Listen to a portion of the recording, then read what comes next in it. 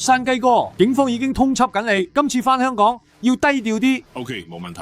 開玩笑，我山雞有咩風浪未見過，使乜驚？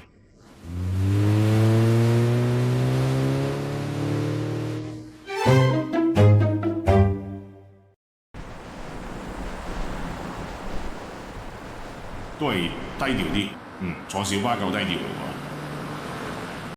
喎。喂，浩南哥，我係山雞。嚇，山雞，你返嚟香港做乜？你俾人通緝緊㗎？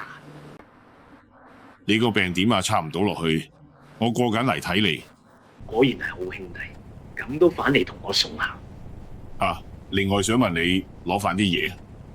攞咩嘢？你之前借咗嗰本絕版菜菜子寫真集，我今次想順便攞返走。嚇，本寫真集我唔小心跌咗落廁所，俾水沖走咗。咩話？我本絕版寫真集竟然喺廁所沖走咗，有冇搞錯？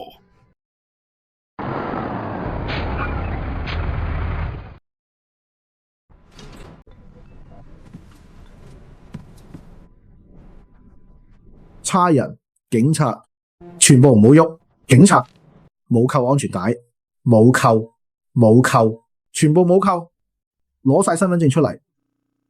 大家好，我係揾飯仔作者劉俊理，喺呢度再溫馨提示大家，於2026年1月25日起，喺香港境內乘搭公共小巴，乘客必須佩戴安全帶，司機或乘客若無合理辯解未佩戴安全帶，最高可罰款5000元及監禁3個月。大家記得要佩戴安全帶啊！